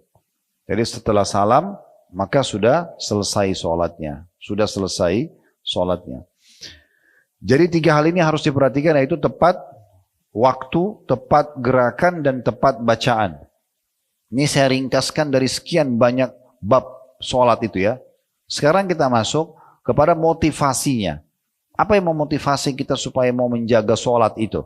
Biasa bahasa agama kita kan ceramah itu fadilah, ya, keutamaannya terlalu banyak. Saya akan bacakan, saya bilang tadi dari buku Sahih At-Targhib Tarhib dalam kitab salatnya. Di antaranya hadis Abu Sa'id Al-Khudri radhiyallahu anhu, dan hadis ini adalah hadis yang sahih diriwayatkan oleh Al-Bazzar dan juga At-Tabarani. Bahwasanya dia mendengarkan langsung Nabi SAW bersabda, "As-salawatul khamsu kaffaratun lima bainahuma." Salat 5 waktu itu benar-benar akan membersihkan dosa-dosa di antaranya. Thumma qala Rasulullah sallallahu alaihi wasallam, kalau Nabi SAW mengatakan, berikan perumpamaan, "Ara'aita law anna rajulan kana ya'tamil wa kana baina manzilihi wa baina mu'tamilihi khamsatu anhar. Fa idza ata mu'tamalahu amila fihi ma syaa Allah fa asabahu al-waskhu aw al-'araq. فَكُلَّمَا مَرَّ بِنَهْرٍ اكْتَسَلْ مَا كَانَ ذَلِكَ يُبْكِ مِنْ دَرَنِهِ فَكَذَلِكَ الصَّلَاةُ كُلَّمَا عَمِلَ خَطِيئَةً فَدَعَى وَاسْتَغْفَرَ غُفِرَ لَهُ مَا كَانَ قَبْلَهَا." Kata Nabi SAW, bagaimana menurut kalian jika ada orang yang bekerja dan antara rumah dan tempat kerjanya ada 5 sungai yang dilewatin. Ini rumahnya, itu tempat kerjanya. Ada 5 sungai di antara rumahnya dan tempat kerjanya. Apabila dia mendatangi tempat kerjanya, dia bekerja keras sesuai dengan kehendak Allah, lalu badannya pun terkena kotoran dan keringat. Lalu setiap kali dia melewati sungai, maka dia mandi. Apakah hal itu masih menyisakan kotoran di tubuhnya? Tanda tanya. Artinya, dari tempat kerjanya dia ada 5 sungai ke rumahnya. Tadi waktu dia pergi dia nggak mandi. Tapi begitu sudah keringatan, sudah kotor, dia pulang, ada 5 sungai. Dia mandi di sungai pertama, setelah bersih, dia mandi lagi sungai kedua, bersih, sungai ketiga, bersih, sungai keempat, bersih, sungai kelima, bersih. Baru tiba di rumahnya. Nabi tanya, apakah dengan 5 kali mandi di 5 sungai ini, masih ada kotoran tubuhnya? Tanya, tentu kita sudah tahu jawabannya, nggak mungkin ada kotoran. 1 kali mandi aja sudah bersih, apalagi 5 kali. Maka kata Nabi SAW, begitulah sholat. Setiap kali dia melakukan kesalahan, lalu dia berdoa dan memohon ampun, maka kesalahan yang telah dilakukannya akan diampuni. Dalam riwayat lain diriwayatkan oleh Imam Muslim dari hadis Jabir radhiyallahu anhu, ini hadis kedua kita. Dia mengatakan bahwasanya Rasulullah SAW bersabda, "Mathalus salawatil khamsi kamathali nahrin jarin ghamrin ala babi ahadikum yaktasilu minhu kulla yaumin 5 marrat." Perumpamaan sholat 5 waktu adalah seperti sungai yang mengalir deras di depan pintu salah seorang dari kalian, di mana dia mandi darinya 5 kali setiap harinya. Jadi kalau hadis yang kedua ini lebih ringkas. Nabi SAW berikan gambaran, kalau di depan rumah seseorang di antara kita ada sungai, dia mandi sehari 5 kali. Ya. Maka sudah jelas dia akan bersih dari segala macam kotoran. Ya. Begitu juga dengan hadis yang lain. Hadis yang diriwayatkan oleh At-Tabarani dalam Mu'jam Al-Saghir dan Mu'jam Al-Awsat dengan sanad hasan. Ini hadis yang ketiga. Dari Abdullah bin Mas'ud radhiyallahu anhu. Ya. Dia berkata, Rasulullah SAW bersabda, "Tahtariqun, tahtariqun, fa idza shallaitumus subha ghasalatha, thumma tahtariqun, tahtariqun, fa idza shallaitumudz zuhra ghasalatha, thumma tahtariqun, tahtariqun, fa idza shallaitumul asra ghasalatha, thumma tahtariqun, tahtariqun, fa idza shallaitumul maghriba ghasalatha, thumma tahtariqun, tahtariqun, fa idza shallaitumul isya ghasalatha, thumma tanamuna fala yuktab alaikum hatta tastayqidu." Jadi sebenarnya keutamaan sholat ini banyak sekali hadisnya ya. Saya coba memilah-milah hadis yang mungkin ibu masih jarang dengar. Ya. Apa itu? Di antaranya hadis ini, riwayat Tabarani. Dengan sanad hasan. Kata Nabi SAW, kalian terbakar, kalian terbakar. Maksudnya banyaknya dosa yang kalian lakukan, ini membawa kalian kepada api neraka. Kalian terbakar, kalian terbakar. Dan apabila kalian sholat subuh, maka ia akan mencucinya atau memadamkan api yang bisa membakar. Kemudian kalian terbakar lagi. Maksudnya buat dosa antara subuh ke duhur. Apabila kalian sholat duhur, maka ia akan mencucinya dan membersihkannya. Kemudian kalian terbakar. Maksudnya sampai menuju asar. Lalu apabila kalian sholat asar, maka ia akan mencucinya. Kemudian kalian terbakar, kalian terbakar. Dan apabila kalian sholat maghrib, maka ia akan mencucinya. Kemudian kalian terbakar, kalian terbakar. Dan apabila kalian sholat isya, maka ia akan mencucinya. Kemudian kalian tidur dalam kondisi itu, maka tidak dituliskan dosa atas kalian sampai kalian bangun. Nah, ini hadis-hadis seperti ini, hadis-hadis keutamaan ya. Mohon maaf kalau memang tidak sempat ditulis, karena memang cukup banyak hadis yang saya mau bacakan ya. Mungkin ibu bisa dengar. Nanti kalau mau, lebih baik beli bukunya ini ya. Sahih At-Targhib Tarhib. Ya, ini diterbitkan oleh Darul Haq. Ya. Memang dia 6 jilid. Ini jilid pertamanya. Bisa dibeli per jilid sebenarnya. Ya, bisa dimiliki nanti dan lihat di bab sholat. Dan ada di kitab sholat itu di bab nomor 13 yang saya baca ini. Jadi dia banyak sekali bab-babnya ya. Tapi tentang keutamaan ini, itu kita bacakan dari bab nomor 13 di kitab sholatnya. Ya. Kemudian hadis selanjutnya, hadis dengan sanad hasan di ghairihi, menjadi hasan karena dikuatkan dengan riwayat-riwayat lain. Dari hadis Anas bin Malik radhiyallahu anhu, dia berkata, Rasulullah SAW bersabda, Inna lillahi malakan yunadi inda kulli salah. Ya bani Adam, kumu ila niranikum allati awqadtumuha fa'adfi'uha. Sesungguhnya Allah memiliki malaikat-malaikat yang khusus mereka menyeru pada setiap waktu sholat kalau masuk. Ya tadi waktu duhur. Tapi kita tidak bisa dengar suaranya. Tapi malaikatnya tugasnya untuk itu.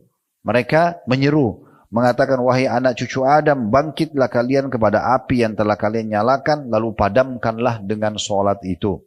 Diriwayatkan oleh Tabarani dalam Mu'jam al-Awsat. Ya. Kemudian hadis selanjutnya juga, hadis yang sahih. Hadis ini diriwayatkan oleh Tabarani dalam Mu'jam al-Kabir.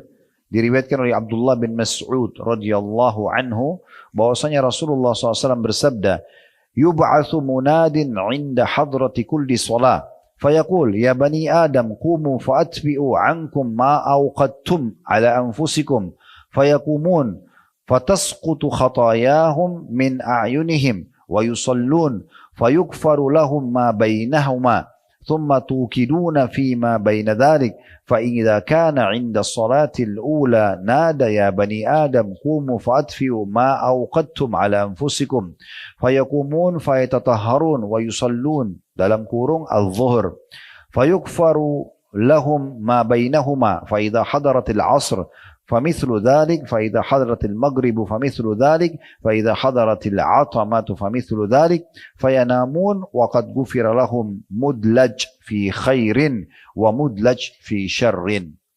Terjemahannya, kata Nabi SAW dalam hadis yang sahih ini, seseorang penyeru dari kalangan malaikat diutus oleh Allah pada setiap waktu sholat 5 waktu bila tiba. Lalu malaikat itu mengatakan, wahai anak cucu Adam, berdirilah, lalu matikanlah dari kalian apa yang telah kalian nyalakan atas diri kalian sendiri dari api. Maka mereka pun berdiri, ya, maka dengan sholat, maka kesalahan-kesalahan mereka berjatuhan dari mata mereka. Mereka sholat, lalu dosa-dosa yang ada di antara keduanya diampuni untuknya. Kemudian kalian menyalakan lagi di antara itu, buat dosa lagi. Lalu ketika sholat pertama telah tiba, dia memanggil, wahai anak cucu Adam, berdiri lalu matikanlah apa yang telah kalian nyalakan atas diri kalian. Mereka pun lalu berdiri lalu bersuci dan menunaikan sholat duhur. Maka dosa-dosa yang ada di antara keduanya diampuni untuknya. Jika asar telah hadir, maka seperti itu. Jika maghrib telah hadir, maka seperti itu. Jika isya telah hadir, maka seperti itu. Lalu dia pun tidur dalam keadaan telah diampuni. Maka ada yang melalui malam dalam keadaan baik dan ada yang melalui malam dalam keadaan buruk. Artinya ada orang yang memang karena sholat dibersihkan dosa-dosanya, ada orang yang karena tidak sholat maka dia dalam keadaan buruk.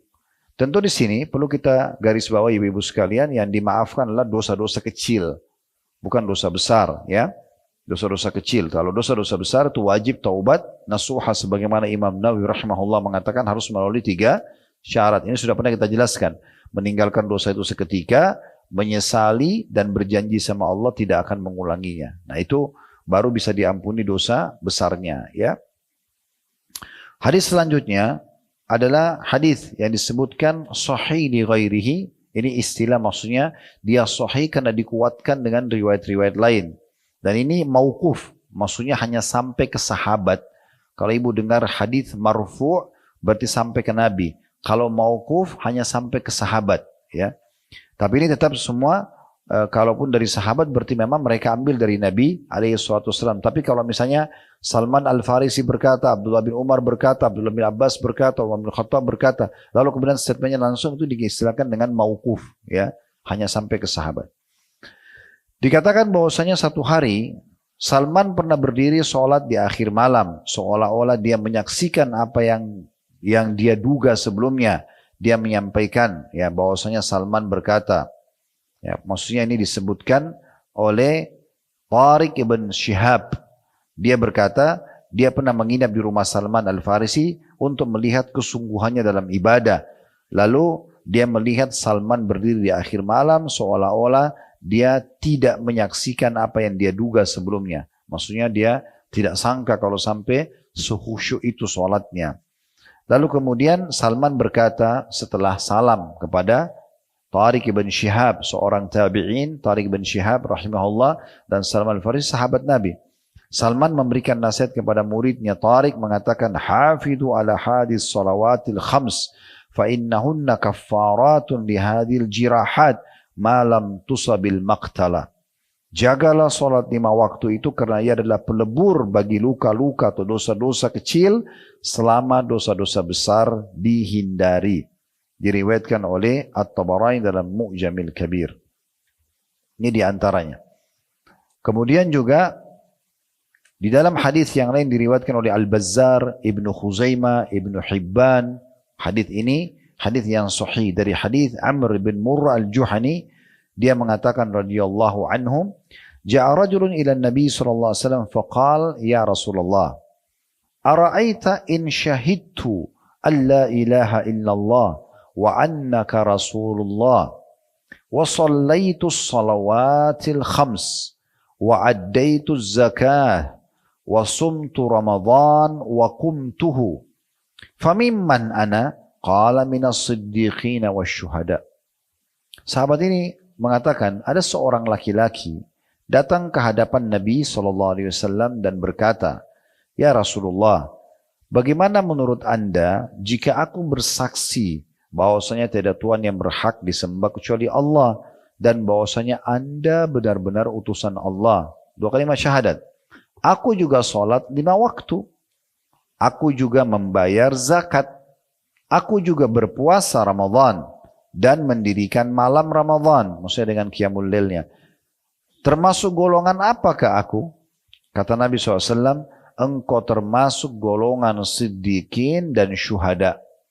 Maksudnya engkau akan bersama nanti di surga dengan orang-orang yang jujur dan orang-orang yang mati syahid. Saksi bahasanya termasuk sini menjaga 5 waktu sholat. Jadi saking pentingnya menjaga 5 waktu salat ini luar biasa, sampai Umar bin Khattab mengatakan, ibu-ibu sekalian, tidak ada kedudukan dan posisi yang bisa diberikan kepada seseorang yang tidak memperhatikan salatnya. Mau jadikan teman, mau jadikan pasangan hidup, mau jadikan partner bisnis, mau jadikan tetangga, semua lihat salatnya. Salatnya bagus, oke, jadi tolak ukur. Dan itu pun bukan hanya sekedar salat, tapi dilihat tadi ketepatan waktu dia sholat, ketepatan gerakannya, ketepatan bacaannya, betul dia khusyuk, baru kita layak jadikan sebagai teman. Kalau tidak, tidak usah, lupakan aja. Makanya banyak ibu-ibu mengeluh, Ustaz, saya sudah sekian tahun menikah tapi suami saya nggak pernah imami saya sholat. Memang dari awal nikahnya sama yang tidak sholat, ya kan? Makanya jangan cari suami di mall, ya, jangan cari di karaoke, di bar, carinya di masjid, azan di saf awal. Nah itu layak jadi suami tuh, ya. Di masjid, di majelis ta'lim tempat mereka, orang-orang sholat itu di situ tempatnya, di rumah Allah. Jadi salah, ketemu di karaoke lalu berharap bisa sholat tahajud. Gimana caranya? Jadi ini penting sekali untuk diperhatikan. Baik, ya. Umar bin Khattab pernah, ibu-ibu sekalian, pada saat beliau ditusuk oleh Abu Lu'lu', itu tusukannya luar biasa. Dari belakang sini, sebelah kanan tulang rusuknya tembus sampai ke depan. Ya, saking dalamnya ditusuk oleh Abu Lu'lu', ya. Dan waktu dites sama tabibnya disuruh minum susu, itu keluar dari 2 sisi, dari belakang, dari depan. Jadi udah nggak bisa diobatin. Di masa sekarang aja mungkin walaupun teknologi canggih, mungkin susah diselamatkan gitu ya, apalagi di masa itu. Lalu beliau pingsan karena sakitnya. Pas tiba waktu sholat, di sebelahnya beliau ada Ali bin Abi Thalib yang pada saat itu tentu sahabat dulu dan penasehatnya dan sekaligus mertuanya beliau. Karena istri terakhirnya Umar, anaknya Ali bin Abi Thalib, namanya Ummu Kalthum. Ya. Jadi dan di sebelahnya Ali bin Abi Thalib ada Abbas, pamannya Nabi. Maka Abbas berkata kepada Ali, bagaimana caranya ini? Azan sudah dikumandangkan. Kita biarkan Amir Mukminin pingsan atau kita bangunkan? Dia lagi pingsan, dia lagi sakit, bukan ketiduran ya. Orang tidur dibangunin gampang. Ini orang pingsan, gimana caranya? Kata Ali, saya tahu caranya. Kita tinggal teriakkan di kupingnya, sholat, dia akan bangun.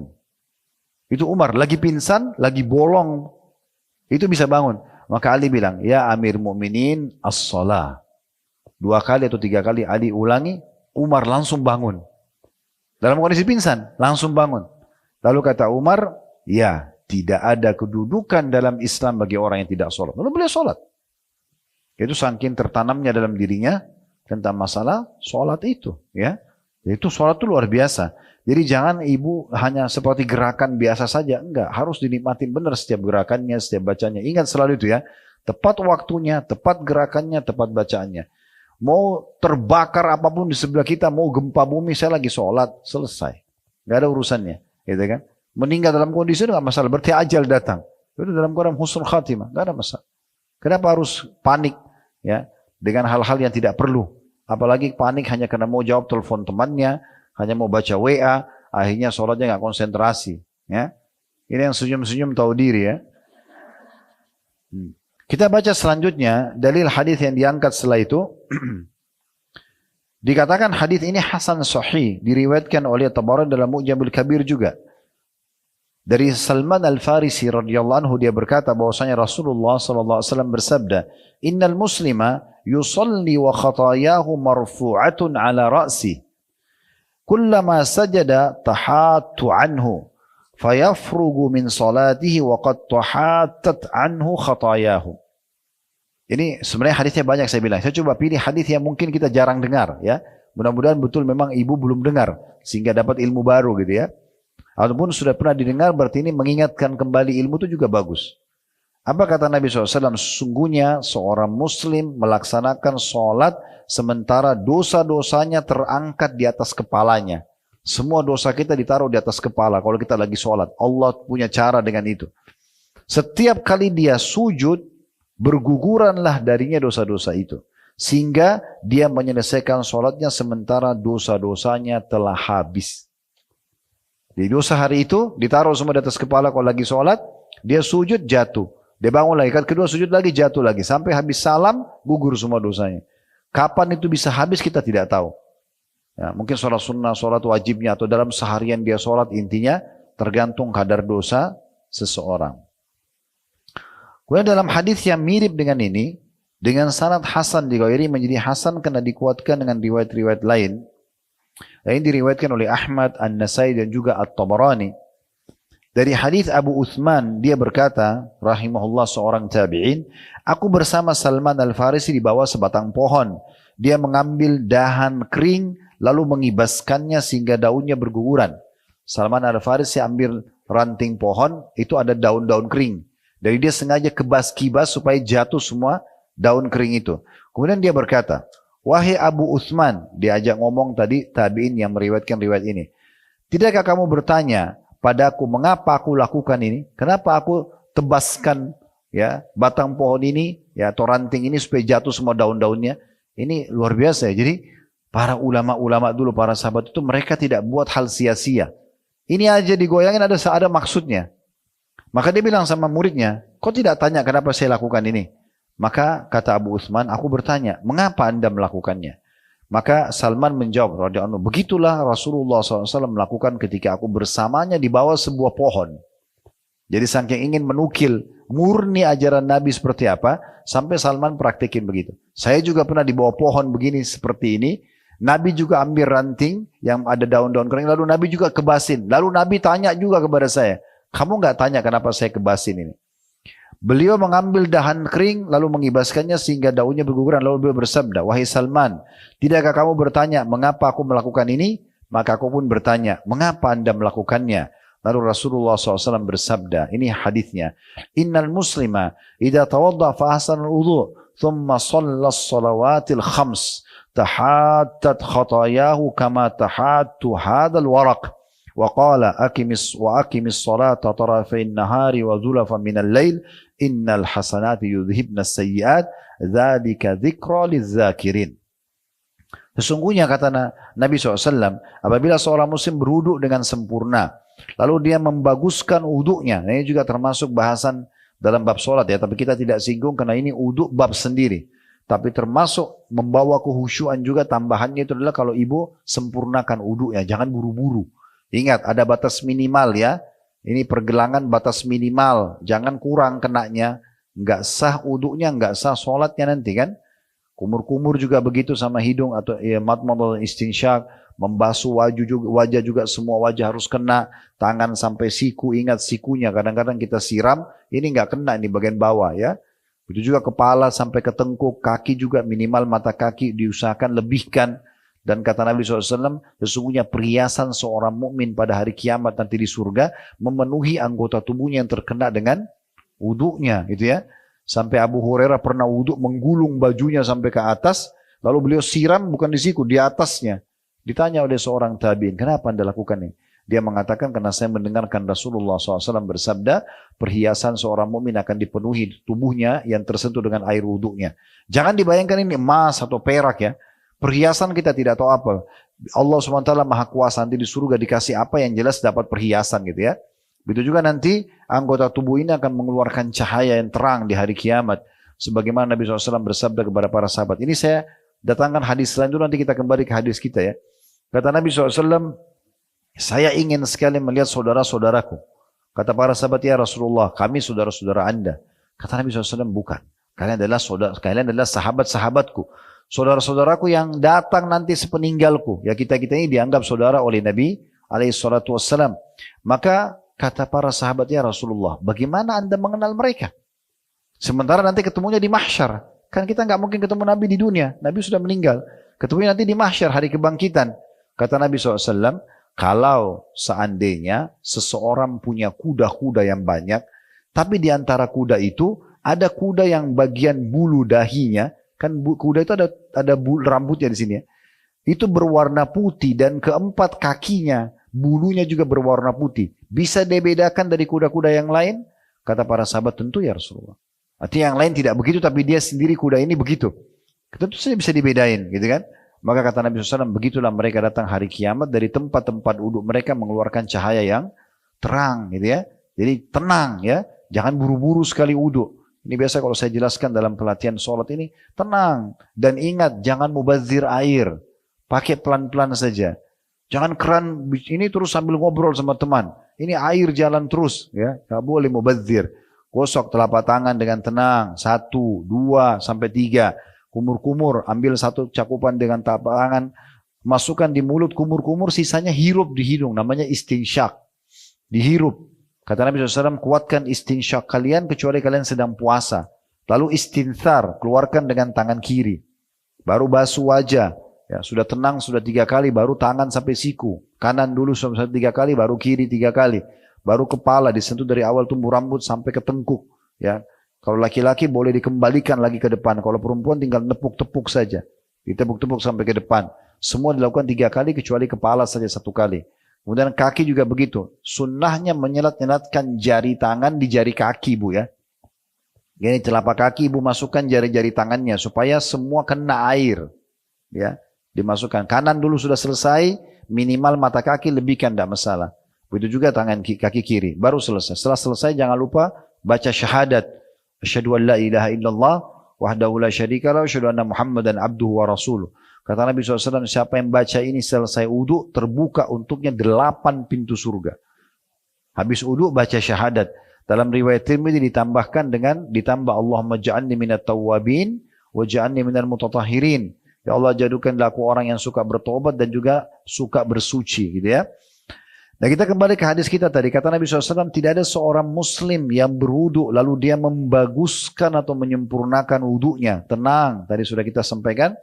Kemudian dia melakukan sholat 5 waktu. maka kesalahan-kesalahannya berguguran seperti daun ini berguguran. Seperti tadi waktu ditebasin ya ranting yang ada daun keringnya.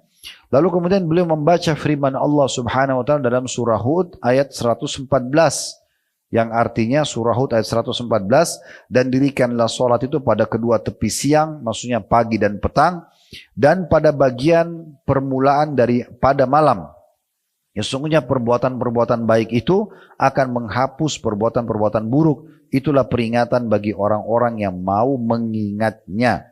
Itulah peringatan bagi orang-orang yang mau mengingatnya. Kemudian selanjutnya, hadis yang mungkin kita bacakan juga.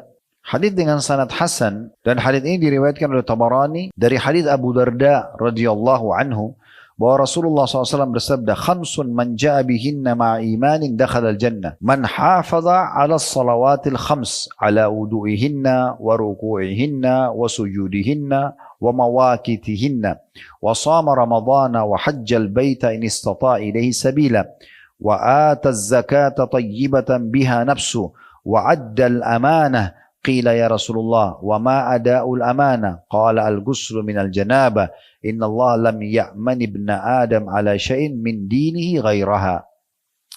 Kata Nabi SAW 5 perkara. Diperhatikan baik-baik. Barang siapa yang mengerjakannya disertai dengan keimanan, yakin itu perintah Allah dan berharap pahalanya, itu namanya disertai dengan keimanan.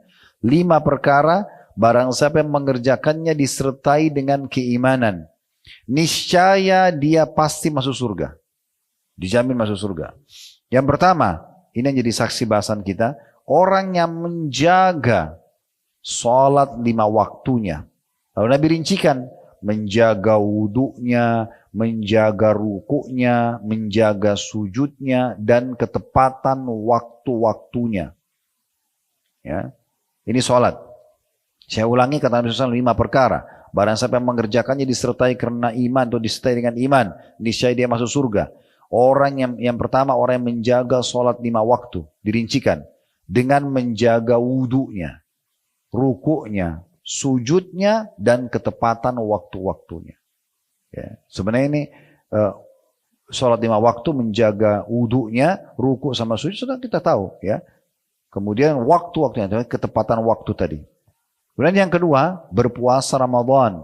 Tapi ini nggak dirincikan apa-apa, cuma puasa Ramadan. Yang ketiga, berhaji ke Baitullah jika dia mampu. Kemudian yang keempat, membayar zakat dengan jiwa yang rela. Jadi sebenarnya rukun Islam ini ya. Jaga sholat, jaga puasa, jaga zakat. Tapi zakat dengan keridhaan jiwa, bukan karena terpaksa. Dan yang kelima, menunaikan amanah. Jadi Nabi SAW ada yang beliau ingin titip pesankan nih, amanah apa nih ya. Maka ditanyakan kepada Nabi SAW, ya Rasulullah, apa yang anda maksudkan dengan amanah di sini?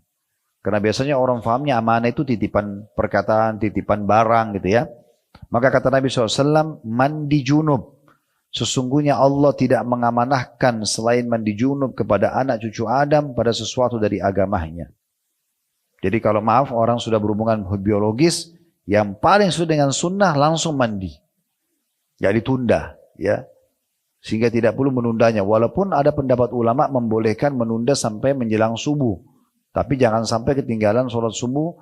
Karena mandi junub akhirnya kehilangan waktu subuhnya misalnya. Gitu kan. Umar bin Khattab radhiyallahu anhu pernah mengatakan, ya Rasulullah, semalam saya tidur tapi belum mandi. Maka kata Nabi SAW, kalaupun kau harus melakukannya, maksudnya tunda mandimu, maka minimal kamu sudah wudhu dulu. Minimal kamu sudah wudhu dulu. Mungkin kita tutup dengan hadis ini ya. Nah, melihat waktu banyak sekali hadis-hadis yang kita harus baca. Tapi saya juga habis ini insyaAllah. Dari hadis, dan ini sanad sahih Sa'ad bin Abi Waqqas radhiyallahu anhu. Beliau mengatakan, kana rajulani akhawan fahalaka ahaduhuma qabla sahibihi bi'arba'ina laylah. فذكرت فضيلة الأول منهما عند رسول الله صلى الله عليه وسلم فقال رسول الله صلى الله عليه وسلم ألم يكن الآخر مسلما قالوا بلى وكان لا بأس به فقال رسول الله صلى الله عليه وسلم وما يدريكم ما بلغت به صلاته إنما مثل الصلاة كمثل نهر عذب غمر بباب أحدكم yaqtahimu fihi kulla yawmin 5 marrat fama tarawna dhalika yubki min daranihi fa innakum la tadruna ma balagat bihi salatu. Terjemahannya, kata Sa'ad bin Abi Waqqas radhiyallahu anhum, dahulu ada 2 orang bersaudara, adik kakak, salah seorang dari mereka mati 40 malam mendahului yang lainnya. Jadi salah satunya mati, lalu 40 hari setelah itu baru mati yang kedua. Lalu keutamaan orang yang pertama disebut-sebut di hadapan Rasulullah SAW. Karena yang pertama mati di mata para sahabat lebih soleh daripada yang kedua mati. Maka Rasulullah SAW bersabda, bukankah yang mati terakhir ini? Tadi saudaranya mati 40 hari yang sebelum, tapi lebih soleh menurut para sahabat. Bukankah yang baru mati tadi ini? Ya, beda 40 hari. Adalah muslim juga? Para sahabat menjawab, benar. Dia orang yang tidak memiliki aib. Maksudnya oke lah, tapi lebih soleh orang yang sebelumnya itu. Maka Rasulullah SAW mengatakan, apa yang memberitahukan kalian ya sejauh mana sholatnya? Maksudnya dari mana kalian bisa menilai orang ini lebih rendah daripada orang itu? Sementara jarak bedanya 40 hari. Ya, dari mana kalian bisa tahu orang ini lebih rendah derajatnya sementara 40 hari dia sempat sholat? Karena perumpamaan sholat adalah seperti sungai sejuk lagi deras di pintu salah seorang dari kalian di mana dia mandi padanya setiap hari 5 kali. Menurut kalian, apakah sholatnya itu masih menyisakan sedikit kotoran dosanya? Sesungguhnya kalian tidak mengetahui sejauh mana sholatnya. Artinya, sholatnya orang yang mati terakhir ini bedanya 40 hari dengan saudaranya sebelumnya. Itu sudah cukup untuk membedakan dia lebih tinggi derajatnya daripada saudaranya yang mati sebelumnya. Hadis ini diriwayatkan oleh Imam Malik. Riwayat yang lain yang disebutkan oleh Ibnu Khuzaimah dari Amir bin Sa'ad bin Abi Waqqas, dia mengatakan, aku mendengarkan Sa'ad ayahku berkata bahwasanya Rasulullah SAW bersabda, kana rajulani akhawani fi kata Sa'ad bahwasanya kana rajulani fi ahdi Rasulillah sallallahu alaihi wasallam wa kana ahaduhuma afdala min al-akhar wa tuwfiya alladhi huwa afdaluhuma thumma ummira al-akharu ba'dahu 40 layla thumma tuwfi fadhukira dhalika li Rasulillah sallallahu alaihi wasallam faqala alam yakun yusalli qalu bala ya Rasulullah wa kana la ba'sa bihi faqala Rasulullah sallallahu alaihi wasallam wa ma yudrikum ma balagat bihi salatun. Dahulu, jadi ini masih satu nomor urut hadisnya, 2 riwayat tapi mirip-mirip, makanya saya bacakan sekaligus. Di riwayat yang lain tadi dikatakan oleh riwayat Ibnu Khuzaimah, dia kata Nabi, di masa Nabi SAW ada 2 orang bersaudara, ya. Salah seorang dari keduanya lebih soleh dari yang lainnya. Yang lebih soleh itu wafat terlebih dahulu, yang lainnya dipanjangkan umurnya sekitar 40 malam setelah yang soleh tadi mati. Lalu hal tersebut disebutkan di depan Rasulullah SAW, maka Nabi mengatakan tentang orang yang kedua yang dianggap tidak sesoleh yang pertama. Bukankah dia sholat? Para sahabat mengatakan, benar ya Rasulullah. Orang yang kedua ini tidak memiliki aib. Cuma saja dia tidak sesoleh yang pertama. Maka kata Nabi SAW, apakah yang memberitahukan kalian? Ya, Allah yang lebih mengetahui sejauh mana sholatnya. Maksudnya, kenapa kalian bisa menilai orang ini lebih sedikit? Padahal sebenarnya dia sempat sholat berapa waktu? 40 malam dibandingkan saudara itu sudah cukup membandingkan derajatnya di surga. Jadi kalau kita mau baca hadis-hadis ini cukup banyak sekali hadis-hadis yang mungkin tidak memungkinkan kita membaca semua. Tinggal mungkin saya ingin tambahkan tentang masalah sholat berjamaah. Kita tutup dengan ini. Jadi kalau ibu bisa sholat berjamaah jauh lebih baik, lebih afdal ya. Walaupun ibu punya hukum sendiri, ibu kalau lebih afdal sholat di rumah sendiri atau berjamaah. Tapi selama bisa berjamaah di rumah atau ikut ke masjid itu bisa dilakukan juga. Dan ibu boleh ke masjid. Sebagaimana sabda Nabi SAW, La tamna'u ima Allahi masajidullah. Jangan kalian menolak atau melarang hamba-hamba Allah wanita untuk menuju ke masjid. Kalau ibu lagi lowong, ya, maaf, apalagi yang sudah sepuh mungkin, anak-anak sudah besar semua, suami lagi pergi kerja, ibu lagi rumah dekat masjid, pergi aja sholat ke masjid, tidak ada masalah. Walaupun lebih afdal di rumah ya. Karena boleh perempuan sholat di masjid, bukan tidak boleh. Tapi sholat berjamaah ini, ya, kalaupun ibu mau kerjakan di rumah, usahakan. Misalnya, maaf, ada pembantunya, ada anaknya, jangan sholat sendiri. Bahkan boleh ibu kalau misalnya ada suami di rumah, membahasakan ke beliau. Nanti kalau habis sholat di masjid, segera pulang imami saya ya, boleh. Ya, nanti suami sholat lagi, tapi sudah hukumnya sunnah buat dia. Disebutkan dalam sebuah riwayat Mu'adz bin Jabal radhiyallahu anhu, beliau seringkali sholat bersama Nabi SAW, lalu beliau pulang lagi mengimami kaumnya. Dan dalam riwayat yang lain pernah ada sahabat telat masuk dalam masjid, sementara orang sudah salam, lagi berzikir. Dia baru mau sholat sendirian. Lalu Nabi SAW tahan dulu, sebentar, jangan kamu sholat dulu. Lalu beliau bersabda kepada jemaah di masjid, siapa yang mau bersedekah untuk saudaranya ini? Maksudnya temani dia sholat. Lalu Abu Bakar berdiri mengatakan, saya Rasulullah. Abu Bakar lalu sholat dengan orang tersebut, berarti Abu Bakar baru salam. Tapi di sini hukumnya sudah hukum sunnah, supaya jangan sholat sendirian. Ya, sholatnya berjamaah. Karena kata Nabi SAW, as-salatu fi jama'atin ta'adilu 25 sholat. Sholat berjamaah, yaitu dilipat gandakan 25 sholat jika menunaikan dilipat gandakan 25 kali sholat dibandingkan sholat sendiri. Ya, jadi ini kedudukannya besar. Artinya gini, kalau ibu kerja di satu perusahaan atau ada dua perusahaan menawarkan kerja, yang satu gajinya 1 juta, yang satu gajinya 25 juta. Yang mana ibu pilih? Nah, kalau uang cepat, langsung. Kalau sholat kenapa selalu pilih yang satu? Kenapa nggak pilih yang berjamaah? Kadang-kadang satu rumah itu ada ibu sama anaknya, nggak diajak anaknya sholat berjamaah. Atau nggak diajak pembantunya sholat. Atau nggak diajak suaminya sholat bersama. Ini sayang sekali. 25 kali lipat. Akumulasinya itu besar sekali kalau sudah dikali 1 bulan, 1 tahun. Itu kan banyak banget. Kalau 25 sholat subuh misalnya sholat berjamaah. Duhur begitu, asar begitu, maghrib. 25 kali 5, 125 kali sholat. 1 hari, 5 waktu sholat. Dibandingkan sholat sendiri cuma 5. 5 dengan 125 kali 1 hari itu. Kalau 1 minggu, 1 bulan, jadi jangan sholat sendiri. Kecuali darurat ya. Kita tidak ada orang yang temani segala macam. Kalau kita misalnya sudah biasa sholat berjamaah tapi kemudian tidak dapat orang, maka insya Allah mudah-mudahan kita berharap Allah catatkan kita pahala berjamaah. Karena kita ingin sekali berjamaah cuma tidak ada. Nah, ada keutamaan yang perlu saya tambahkan di sini dalam riwayat yang sama ini. Kalau seandainya ibu berada di satu lokasi sendirian di sebuah padang pasir, kayak orang-orang Badui ya, mereka tinggal di padang pasir, atau orang tinggal di gunung sendirian ya, tapi tetap dia jaga sholatnya, ini pahalanya besar sekali. Bisa 50 kali lipat sholat pahalanya. Sebagaimana sabda Nabi SAW, فَإِذَا صَلَّهَا فِي فَلَاتٍ فَأَتَمَّ رُكُوعَهُ وَسُجُودَهَا بَلَغَتْ 50 sholat. Kalau dia sholat di satu wilayah atau di sebuah padang yang sepi sendirian dia, karena ada biasa itu di kampung-kampung ya, dia tinggal sendiri di gunung, jauh sekali. Atau orang-orang di padang pasir penggembala domba, dia bawa dombanya jauh, dia nggak bisa kembali ke kota jauh. Tapi begitu azan dia tetap sholat, maka karena dia dirikan sholat, dia dapatkan pahala 50 sholat. Ya, karena tetap mendirikan sholat itu. Allahu a'lam. Baik, ini bahasanya insya Allah. Mungkin saya sudah bahasakan tadi, kalau mau lebih jauh bisa kembali ke buku ini, karena buku ini sangat lengkap menyebutkan tentang keutamaan-keutamaan sholat ya.